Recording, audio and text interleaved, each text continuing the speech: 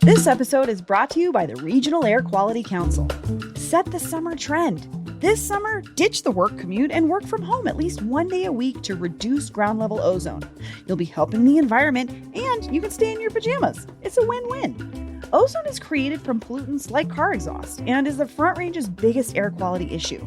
Want to know which days it matters most? Sign up for summer ozone text alerts by sending Better Air CO to 21000 or sign up for emails at the Simple Steps Better Air website. Learn more ways to help improve air quality on the Colorado Front Range at simplestepsbetterair.org. That's simplestepsbetterair.org. Today on CityCast Denver, the mayor announced that some city employees will be laid off soon. He didn't say exactly when or how many, but we do know a little bit more about who it may be, and they are upset. So producer Paul Caroli and I are talking about the debate over seniority and merit, plus more fallout from the UMS ending and another blow to South Broadway. Plus, did you know Colorado has an air quality problem? Stick around to the end of this episode for a sponsored interview with the Regional Air Quality Council about what you need to know this summer. Today is Tuesday, July 8th. I'm Bree Davies, and here's what Denver's talking about.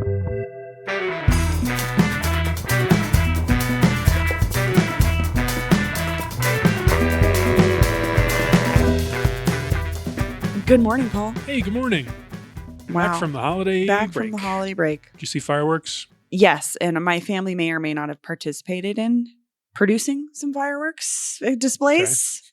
Okay. But anyway, we're not talking about fireworks. Oh. We're talking about the city, this looming conversation around layoffs, the budget. We got a message, though, from a city employee. Yeah, I think this is probably a good place to start here because it's just the feelings. This person writes, city employee here, I would love to hear an episode about the recent career service board meetings and the rule changes that were forced through by the mayor's office and the Office of Human Resources. All the employees who spoke during the public meeting, as well as almost all of city council and the auditor's office, were against these changes. It feels like they forced these rules through to make the layoffs easier right before collective bargaining can begin next year. We're already taking furloughs this year, and all employees are now terrified about if they will be laid off and how it will be decided. The mayor said layoffs are needed to meet our budget issues, but didn't explore any other budget-saving measures before jumping to lay off people. We do everything we can to serve our community, and the mayor is saying we can't cut any city services, but need to cut people, which will in turn hurt the services we provide to people. We make it through COVID and the migrant crisis, and we're still able to keep our amazing coworkers, and now it seems like the mayor is taking it out on his employees rather than looking for better solutions for our budget crisis. P.S. Love the pod. And as a loyal Denverite and proud city employee, I appreciate your appreciation and criticism of the city we live in. And I will not include their name. Thank you. I thought this was such powerful commentary because of the situating it amongst other things that the city has spent money on or been in a budget shortfall over, and how it's been dealt with, and how this is directly from a city employee who says this is how it feels right now. Yeah, I mean, I think you and I had been seeing these headlines, specifically from Denverite, who's been really on this. But curiously, not too many other local publications have been jumping on this story. I found interesting. I think we were both struggling to kind of get a hold on it. And then when this person wrote in, it was like, oh, that's what's happening. Yeah. That's why people are upset, is because of this context of the last few years of the budget conversation, and specifically the mayor's attitude and his approach to administration. Yeah, and how he got to this point, or this decision, and this person is saying, well, city council was supporting us as employees, and like this mayor-appointed board, the career service board, is clearly part of this decision-making process. But before we even get to there, Paul, what is the budget situation? Yeah, we should dig into the details here because you're getting one person's perspective. So what's actually happening is that earlier this year, as we've talked about many times, Mayor Johnston announced that due to declining tax revenues, which means slowing business across the city, including especially downtown, there is a projected $250 million shortfall in the budget over the next 2 years. And that means that the city has to do layoffs and furloughs, according to the mayor. So the latest we know about that is from Denverite. They report that these layoffs are going to be announced around end of July, early August. We don't know how many there's going to be, but now, per this debate that we've been talking about, we do know a little bit more about how it's going to be decided who gets laid off. Yes, like the process for picking which employees, Right. unfortunately, Right. will probably lose their jobs. Yes. I mean, some certainly will. But previously, before this, it was all based on seniority. Like in a situation like this, it would have been only just like, whoever's worked here the longest, they're the safest. And then on down the line. So the people, first in, first out would have been the rule. But the mayor proposed this change that would shift to more of a merit-based system, which has been extremely controversial. This is a quote from the human resources spokesperson, Teresa Marchetta, but they say this change is needed to bring the rule into alignment with a merit-based system and to ensure there is no interruption in service delivery with a reduced workforce. Now that's key. No interruption in service delivery with a reduced workforce. So they're making an argument about efficiency, government efficiency. Very hot topic this year. Yeah. Teresa says Denver residents trust the city to have the best people doing the jobs they depend on, and with fewer people to do the work, that will be especially critical. So they're saying switching to a merit-based system where the merit is a bigger factor in determining who will be laid off will allow the city to make, to keep providing services more efficiently than they would for people with maybe more seniority, but the implication being less merit. So that's what they believe, is that the merit-based system will lead to more government efficiency. They hope. They hope. I don't know. I can see both sides of that. I can see career longevity being important, but I can also see, I don't know, at what you've done. Yeah. In your position since you've been there. Merit. It's important. Yeah. I mean, there's all sorts of ways that could be a factor, like your skills, your experiences, your abilities, your knowledge, just how effective you are, how ambitious you are, how energetic you are, what you bring to the job every day. I mean, you hear horror stories about both sides, to be honest. I mean, I've known people who work for the city. My wife used to work for the city. I've heard stories about people who have just been working there for decades and are just showing up to get the paycheck, not really putting themselves into it anymore, just showing up, doing the minimum, leaving at the end of the day. That seems like the kind of person that this change would affect, because that's a person with seniority, but maybe doesn't have the merit. Sure. So, is this going to lead to more efficiency? Maybe. I mean, that's the mayor's hope. Well, and that's just one perspective, I think, because sometimes folks would say, yeah, but I also know people that have done this job for decades who are model civil servants, who are completely devoted to this job, come with this institutional knowledge, have been key in educating and cultivating the talent of younger people as well as they come into it. But it seems like a case-by-case basis, honestly.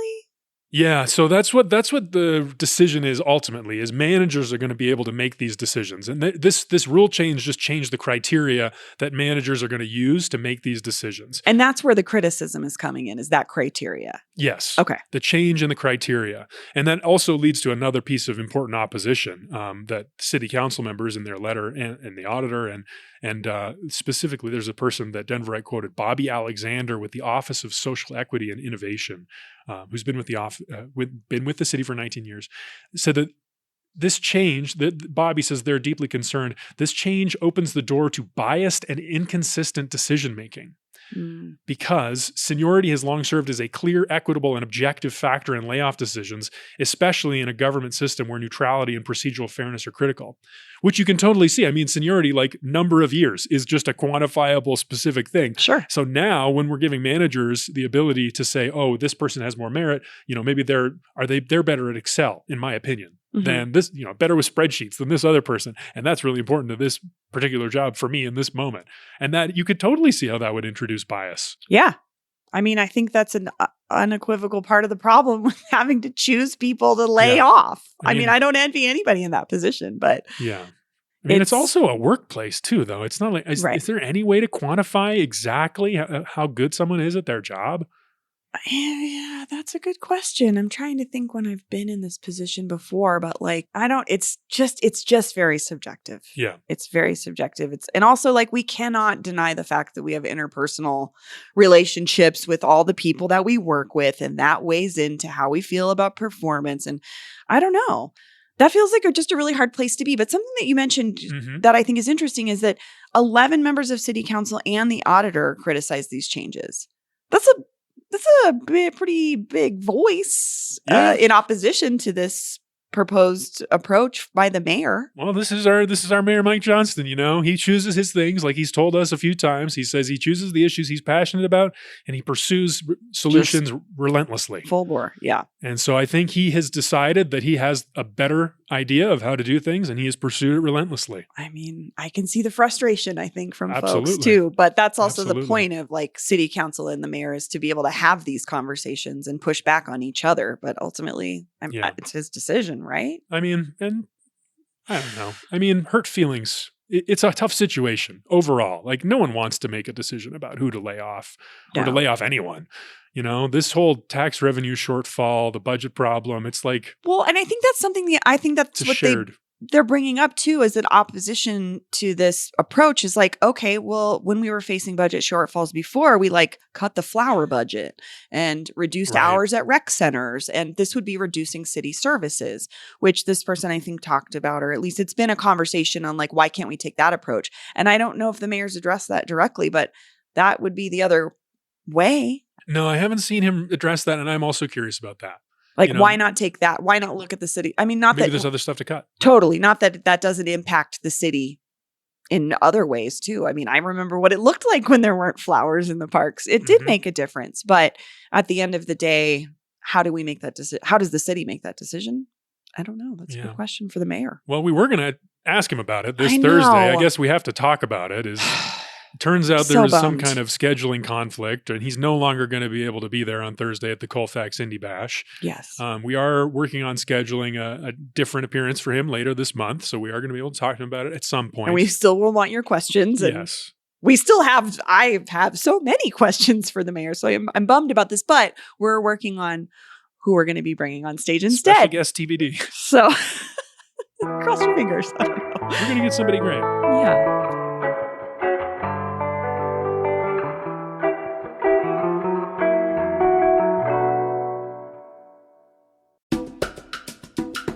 This episode is brought to you by Denver Botanic Gardens. On Saturday and Sunday, July 19th and 20th, the Lavender Festival is back at Denver Botanic Gardens, Chatfield Farms. From 9 a.m. to 4 p.m., you can enjoy over 2,000 lavender plants at Chatfield Farms Lavender Gardens. The festival is family-friendly and includes live music from local bands, artists with lavender wares for sale, food and drink, barrel train rides and lawn games, and so much more. You can go on a tour of the dye garden and check out weaving and spinning demonstrations, and meander along the walking trails and curated gardens at Chatfield Farms. Oh, that'll be good, actually. I don't think we have any lavender plants in our yard, but I should see, because Greg would maybe like to get some tips. We are learning different types of plants that can and cannot survive in our desert yard, so we'll see. Tickets must be purchased in advance, so get yours today at botanicgardens.org. That's botanicgardens.org. This episode is brought to you by MultiPass. Proudly based in Denver and deeply rooted in the local event and creative scene, MultiPass is an event ticketing platform that handles both ticket sales and memberships. So, say you run a yoga studio that puts on big events for the public, but also has a devoted member base that shows up for regular classes. MultiPass makes it easy to offer special pricing or perks for your members while charging a different rate to non-members, all automatically without needing promo codes or manual tracking. This not only helps you reward your most loyal guests, but also gives people a real reason to check out what your community has to offer and become a part of it.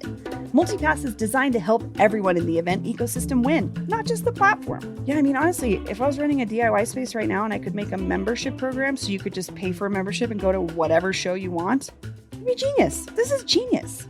I just get back into DIY show promoting, Olivia. Watch out. Learn more at multipass.com. That's multipass.com.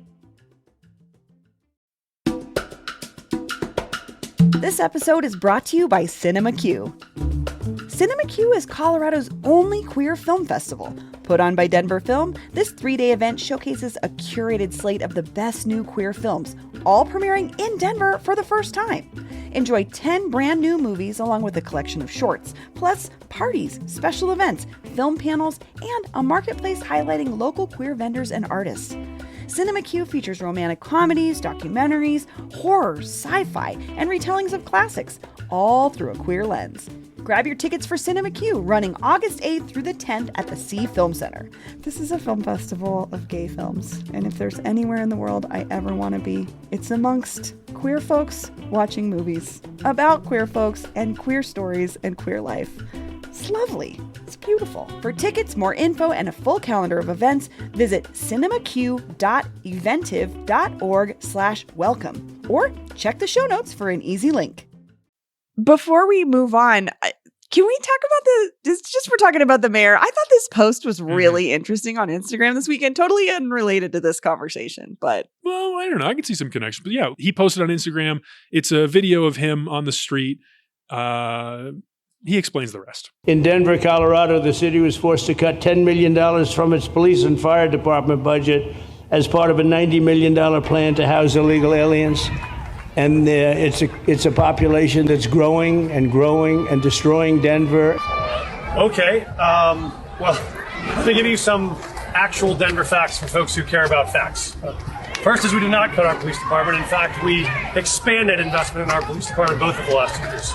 We also actually put more officers on the street each of the last 2 years. And during that period, we actually dropped the homicide rate in Denver more than any other of the top 50 cities in the country in the U.S. at that time.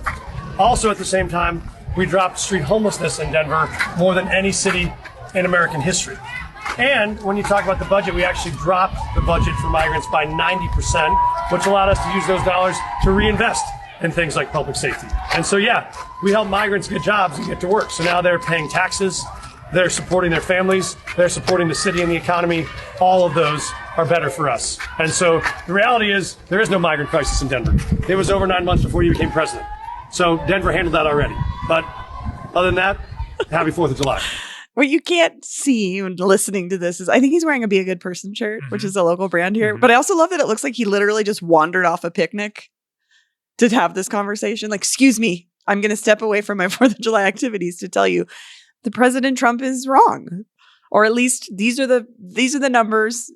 There's some, I would say some folks would dispute that data that he shares in terms of like how much money we spent, where it went, blah, blah, blah. He's giving us his talking points. Yes.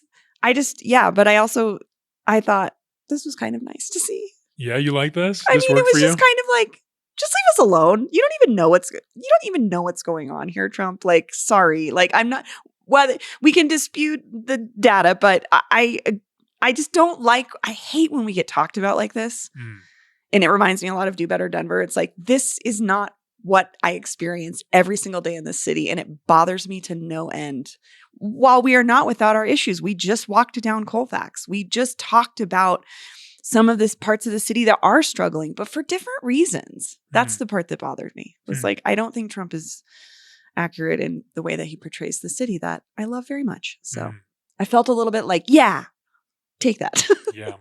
I guess I had 3 things on this. I had one is like, we're talking about the budgets and the criticism the mayor gets. This is the other side. The mayor's taking criticism from all sides. The national conversation, just a tough position. That was my first thought on this. 2, we talked last Wednesday with our friend of the show, Deep Singh Badesha, about Zohran Mamdani and the great TikTok videos that he did in his campaign and how that resonated so well with people. That's what I'm seeing here. I think our mayor took the note and he tried it for himself. And I don't know if I think it worked that well. Really? Yeah, I think this felt like kind of staged to me, to be honest. Yeah, no, definitely. I mean, I feel like everything on social media is staged. So I take it with a grain of salt. I liked how it was staged, at least. It felt like it didn't feel real by any means. Like, of course, they had to stage it. But I agree that he took a note and I don't know. I kind of appreciated it. Yeah, I don't know. It's got 28,000 likes, so seems good. Yeah, seems good for Instagram. That's more than the followers he has. So he's reaching new people with this message. For sure. Good for him. And then third is Mayor Mike's message on immigration is so different from other Democrats right now. This is a conversation that we haven't talked about in a while, but I continue to be following and find fascinating is how Democrats are figuring out what kind of messaging on this issue is going to work for them next year ahead of the 2026 midterms, which are so crucial for so many reasons. But this issue that Trump kind of owned, the fact that he has this very positive message that's very much about like embracing people and helping people like get to a point where they can contribute, like making that initial investment to help people and how that can be a boon. Like that is such a positive way of talking about immigration that I don't see from other Democrats. And I wonder if other people are looking at this and thinking, boy, Mayor Mike, he might have a new idea here. This might work. I think so, especially the current tenor of the argument around it in this moment and what's happening with ICE and what's happening in communities and how communities are pushing back. To have leadership talk that way, I think could be really powerful. That part of his messaging resonates with me. Mm-hmm. I also live in a neighborhood where you see it. The Venezuelan folks are still washing windows, but like they're not as many by any means, but they're hustling their asses off. And I think that's what I appreciated about Denver's approach was like, I don't think like you shouldn't have to be a good immigrant. You shouldn't have, you shouldn't have to prove these things or be employable or whatever. But I do like that Denver tried to make that a pathway. I don't know how effective it was for based on how many people we actually got through that system, but I appreciated that approach. And that's been its approach from the beginning is how do we get these folks legally into the workforce that they're already trying to be in? Yeah, it's just very positive, very optimistic, believing the best in people. And it's not because the Democrats so often find themselves on their back heels where they're like, oh yeah, well, I do also, I guess when you make it that way, I guess I do think the criminals should be deported. Right. And that's always what you hear from Democrats. And it's like, no, Mayor Mike's out there with a message that is forward looking, positive. He's like wants to own it in a way that you don't see from other Democrats. And that's what I saw in this video. Yeah, I'll be interested to see, like you said, going into 2026, if more Democrats, especially in Colorado, start taking this approach. Yeah.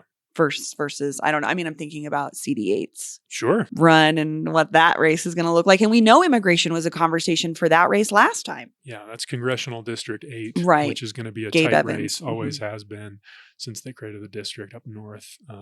Derek Musk's new America Party will run a candidate. Oh my God, I forgot. Did you see that? It briefly went by my screen, and I, like most things related to that person, I try not to consume them because it just like enrages me. But sure. I mean, this would be one of the districts he would be targeting, right?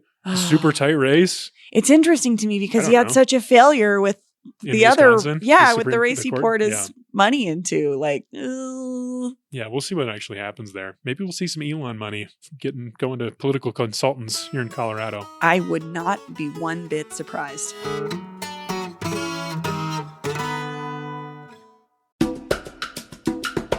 This episode is brought to you by Cozy Earth. The temps are going up, but that doesn't mean your sleep quality has to go down thanks to Cozy Earth sheets. Denver summers can get hot, especially in old houses without central AC like mine. But with these new sheets from Cozy Earth, made from viscose from bamboo, my husband and I are sleeping cooler than ever. Recent studies and experts found that cooler temperatures facilitate the body's natural drop in core temperature at night, promoting the release of melatonin, a hormone that regulates sleep. This leads to faster sleep onset and improved sleep quality. So why not check out Cozy Earth's 100-night sleep trial? Try their sheets during the hottest nights of the year, and if you're not in love, return them hassle-free. But trust me, you won't want to return them. Upgrade your summer. Go to CozyEarth.com and use code COZYDenver for 40% off their best-selling temperature-regulating sheets, apparel, and more. That's CozyEarth.com, and be sure to use code COZYDenver for 40% off. Sleep cooler, lounge lighter, stay cozy. This episode is brought to you by Nespresso and Samra Origins by the Weekend Coffee Collection. Introducing Samra Origins. My collaboration with Nespresso is a connection to my roots, to my mother, Samra. Coffee that hits the right notes. It transports you. Crafted with unique notes and bold soaring flavors. Experience a taste that moves you. Nespresso and Samra Origins. Discover more at Nespresso.com. Let's move on to another story, a follow-up. We did a little bonus episode last week because we just were, desperate to talk about this UMS story. Underground Music Showcase announced last week that they are ending in their current form after this year's festival. It's the big music festival on South Broadway. 25 years. And there's this other story about South Broadway. True Brewing has said they're going to close. But Bree, let's start with UMS. What's the latest you've heard from folks? I mean, there's still so much like unknown and like what's going to happen. Because like you said, they said in their current form and so there's sort of like, I think some fear around like, does it come back as just a brand and it's something else? Because it means a lot to a lot of people. But what I thought was really cool was our media colleague, John Moore at the Denver Gazette, who we've had on the show before, listened to our show, and he's one of the founders of UMS. And you and I were talking about budgets, and like I questioned like what was the budget in 2000 or 2001 compared to 2025, and John said in his reporting, when Bree said that, I nearly drove off the road shouting to no one, "Zero, Bree, it was zero." And honestly, Paul, this brought something to my mind that I forgot to talk about, was the affordability component of Denver as a city in that moment changed everything about how you did things like a festival. So 2001, my rent, $350 a month for my half of an apartment in Capitol Hill. I could walk to the Bluebird, which is where the first UMS happened. Tickets were $5. Bands were renting practice spaces for $100 a month. I mean, like everything in the city was more affordable. But that didn't necessarily mean there was a crowd that we see now. You know what I mean? Like with the popularity of the city and the growth that we've seen over the last 15 years, pluses and minuses, right? Now there's tens of thousands more people to come to the festival. But in turn, South Broadway has changed dramatically in what is there. And that was something I heard over the weekend was there's actually just less venues on South Broadway now. It was more of a struggle. And some of venue owners were speaking out and saying like, this has kind of not been a good deal for us. So I think that the affordability component was something that I just had not thought about in the moment we were talking about it. And I thought that was really interesting because it's just, Denver is different. Yeah. Denver just, I remember, I'm just thinking about, there was an empty restaurant that they were able to throw shows in during one of the UMSs. I saw this great band Stag probably 10 years ago, but because it was empty, dead real estate. Now there is empty, dead real estate literally across the street from the High Dive right now where a Mutiny was. But that's like, I mean, that almost feels like I don't know. That's even a weirder sign. I don't know. Yeah. It's a little bit of the uncertainty of South Broadway. It is. You know? And so again, True Brewing, which is down the street, it's between 2nd and 3rd on Broadway, announced this weekend that this coming Saturday is their last pour. And this is like they're known as like a metal bar. Yeah, the one time I went in there, it was too loud for me. It's very loud. Beer is good. Well, and what was cool is Nick Nunn's, one of the owners, said, like, when I opened this brewery 14 years ago, I'd never been a bartender. I'd never worked in a brewing facility. I just, had an idea, and I think he saw an opening here. Because craft brew, it's everywhere. At the time, it was it. But it was the thing. He found a lane that fit a clientele very specifically and very well, which is the metal community. And that's what I just saw all weekend was people were just like, oh man, this was my place. I loved this bar. I loved the music and the beer was really good.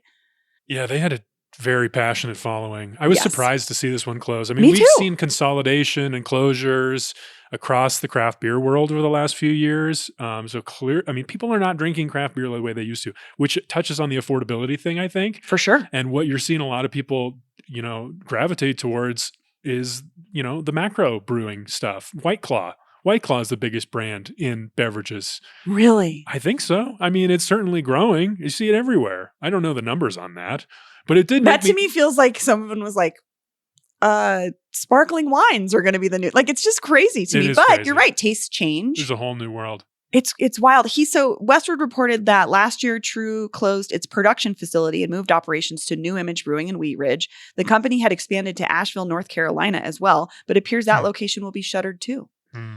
So something must have gone wrong. Yeah, they don't. It's so weird to expand, and I'm guessing my total guess, I have no idea, is the numbers weren't working. Oh, of course. Yeah. I mean, it's just like stuff got too expensive. I can't imagine what rent on South Broadway looks like right now. So currently, Music City Hot Chicken out of Fort Collins moved into the space with True in 2021. So they serve food out of there, and they're currently trying to take over that whole space if they can work out something. So I hope they do. They got good French fries.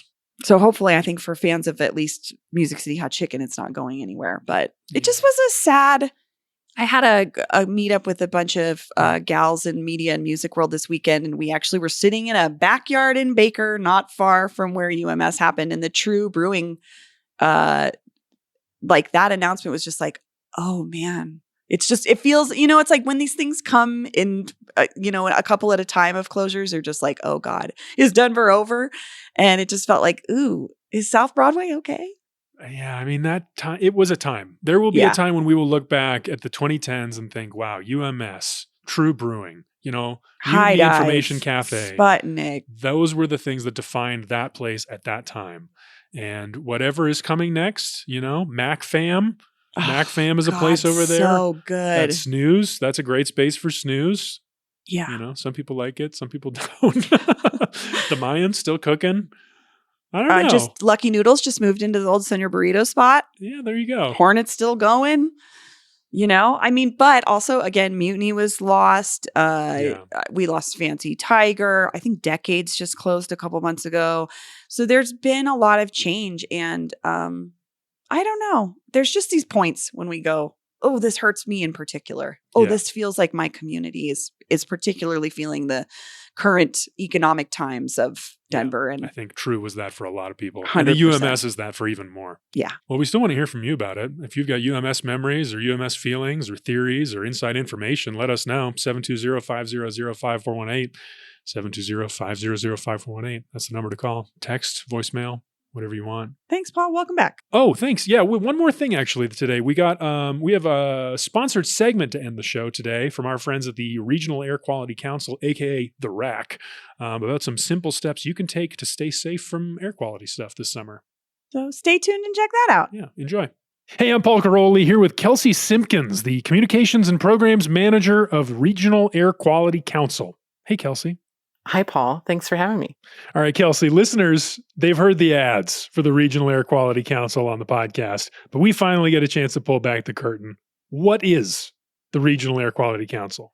Yeah, thanks, Paul. So the RAC, as we affectionately call it, that's RAQC. Do I get to call it too? Can I be in on that? Because that's really funny. The RAC. The RAC? It's I love that. Alongside our many partners with fun acronyms here in the Front Range. So yes, we go by the RAC, and we are the lead air quality planning organization for Colorado's Front Range. Simple steps, better air is the slogan that our host Bree has said many, many times. We know the slogan. What are the steps this year that you all are recommending? So every summer we do recommend quite a few options people can pick from. So there's nothing, super specific maybe to this year we would recommend over others. We really think that offering a lot of options helps people find what works best for them. I want to know what the new hotness is. I want to know what the trend of the summer. There's the song of the summer. I want to know the simple step for better air trend of the summer. Okay, well, we do have a fun slogan actually that goes with this program that's called Set the Summer Trend. And that's really all about, it's really all about going electric. So I would say the hot thing to do this year in 2025 is take advantage of the discount on electric lawn and garden equipment, which is a 30% discount at point of sale. So basically, if you've been toying with the idea of going electric, or you want to buy a gift for somebody, like a new electric lawnmower. We know this is, extremely sexy. Attention kind of to stuff. my friends and family. That would be a great gift for me. Just a heads up. If anyone listening wants to buy Paul an electric lawnmower, you will get 30% off. To take advantage of this 30% discount, the only thing you have to do is just check with a retailer in advance. Most retailers in the state are participating. Again, it's a statewide discount, but not everyone is. So the only thing you have to do is just check in and make sure before you check out that you're going to get that 30% off. Otherwise, there's no rebate, there's no coupon, there's nothing you have to fill out. It's just applied right then and there. Fantastic. So that's the simple steps part, but the better air part is maybe a little bit more complicated because you mentioned ozone pollution. That's just something I don't understand very well. I think maybe a lot of people are out there like me or like, I know the word ozone, but I don't know what that means. Is there anything, like any common misconception that you would point out and maybe we could take this opportunity to correct? Yeah, and you're definitely not alone in that, Paul. So people have often heard of ozone because we have this amazing protective ozone layer that circles the Earth and keeps us safe from the sun, which we don't want to harm. But ozone is something you don't want to breathe. So there's a reason we like it high up in the atmosphere and we don't like it down here at what we call ground level. And so at ground level, ozone is a pollutant. And we have more of it than we would want here in the Front Range of Colorado on a lot of summer days. Where does it come from? Here, down in the atmospheric layer where we breathe, it is a secondary pollutant. It's something that's formed when other things combine. So all of our car emissions, our lawn and garden equipment, again, gas-powered stuff, our oil and gas industry, all of the emissions that come from these things essentially react in the sunlight and the heat of our hot summer days. And they form ozone. And it's a very reactive molecule. So it's something that happens very quickly and kind of builds up throughout the day. But we create it essentially by living our lives as we do. You mentioned the ozone builds up over the course of the day. Is there a way I can tell that's happening when it's happening? Typically, no, because ozone is actually invisible. Ooh. And in addition, to not being able to see it, you can't smell it either. So it's very different than some of these other air quality issues we have, which are really visible. Huh. Interesting. So let's say I'm not in the market for a new lawnmower. Is there any other, what's one thing I could do today that would have a positive impact on our air quality? One simple thing that everyone can do today is sign up for our summer ozone alerts. We send free text and email alerts that you can find on our website at simplestepsbetterair.org. And we'll let you know on the days when ozone's going to be potentially highest or worst and might have some sort of impact on your health. Or it's a really great day to take one of these steps and reduce your emissions. So we do advertise also that signing up for alerts is a great step to take. One of the easiest things people can do is to not do something. You can leave the car at home and you can work from home, or you can, if you need to go somewhere, walk, bike, or take a scooter for short distances, or opt for public transit are all great ways to reduce the number of trips you're taking in your car. Kelsey Simpkins, thanks so much for joining me. Thanks so much for having me, Paul. Again, you can check out simplestepsbetterair.org to learn more, and we'll have that link in our show notes. Thanks for listening. That's all for today here on CityCast Denver. If you enjoyed this show, why not take a minute to tell True Brewing owner Nick Nuns about us? Rate the show wherever you get your podcasts, and subscribe to our morning newsletter and learn more about us at denver.citycast.fm. We'll be back tomorrow morning with more news from around the city. See you later.